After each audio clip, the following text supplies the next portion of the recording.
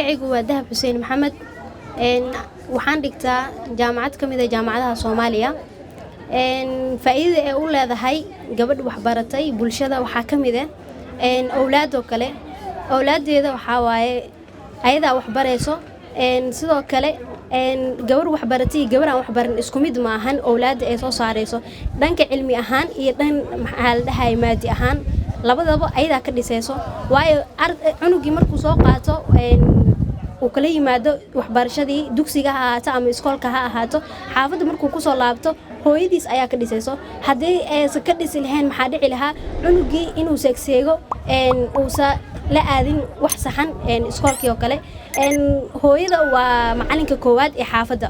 marka macalinka koowaad ee xaafadda haddii uusan lahayn cilmi inuu cunugaas hagaagayo lama aha marka say cunugaas uu hagaago hooyada waxaan dhihi lahaa hooyooyinka waxa ku wanaagsan in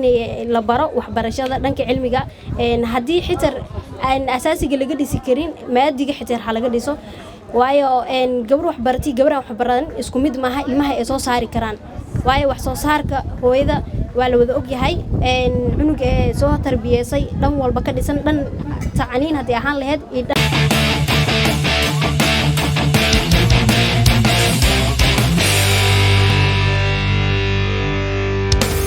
awooday ma tahay arday doonaya barashada IT-ga iyadoo aad ku baranayso muddo kooban haddii aad tahay arday daneynaya barashada kombiyuutarka laabka iyo ku hadalka luqadaha Ingiriiska Heritage Academic waxa uu ku hayaa koorsooyinka kala ah Active Director the Human Service Computer Communication Networking American English koorsooyinkaasi waxa ay soconayaan muddo dhan 3 bilood halkan waa Heritage Academic sida aad u jeedaan systemka cusub ee sanadkan ayaa halkan ku yaala waad u jeedaan goobta aan fadhiyo sida ay u qurxan tahay adiga kaliya ayaa ku raaxaysanaya kombiyuutarkaada Heritage Academic waa academic diyaarinaya arday khibradooda aad loo diyaarinayo sidoo kale iskuulka waxa uu diyaar ku leeyahay practical joogto ah oo loogu talagalay ardayda baranaysa koorsooyinka aan kor ku soo xusno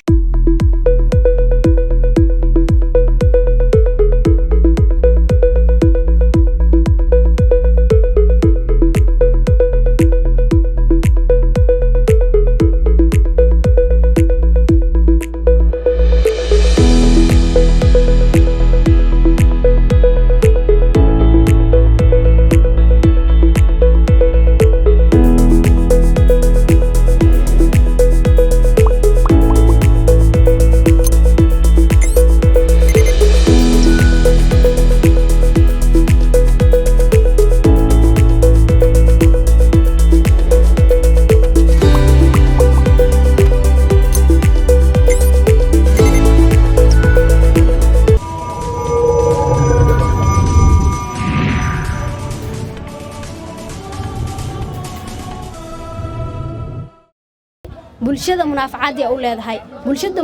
ay u leedahay gabadha wax barata waxa kamid ah markii xafiiska ay fariisato kale ee uu adeegayso bulshadeeda kale gabadha hadii wax soo baran uma adeegi karto bulshadeeda sidoo kale waxay ugu adeegaysaa hadii ay farshaxan soo barato kale kaliya cilmi meesha soo baran gabadhan laakiin waxay soo baratay farshaxanka oo kale wuu anfacayaa oo wuxuu u anfacayaa bulshadii ayaa ka faa'iideysanaysa farshaxanka sidoo kale ayadan dhaqaale ayaa meeshaas ka soo galayo labada dhinacba marka faa'iido ay u tahay bulshadiina faa'iido u leedahay ayadan faa'iido u leedahay marka marnaba gabadha khasaaro kuma lahan inay cilmi barato waxa uu la diidayaa inay jahliga ka soo baxdo una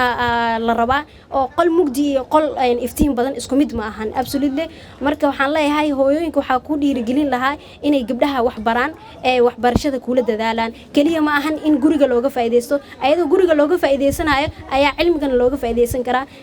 anagoo guriyaha ka soo wada baxnay oo shaqeynayna ayaa cilmigana baran karnaa meel kastana waxa waa gabdhaha waa ku wanaagsan yihiin waana la tartami karaan wiilasha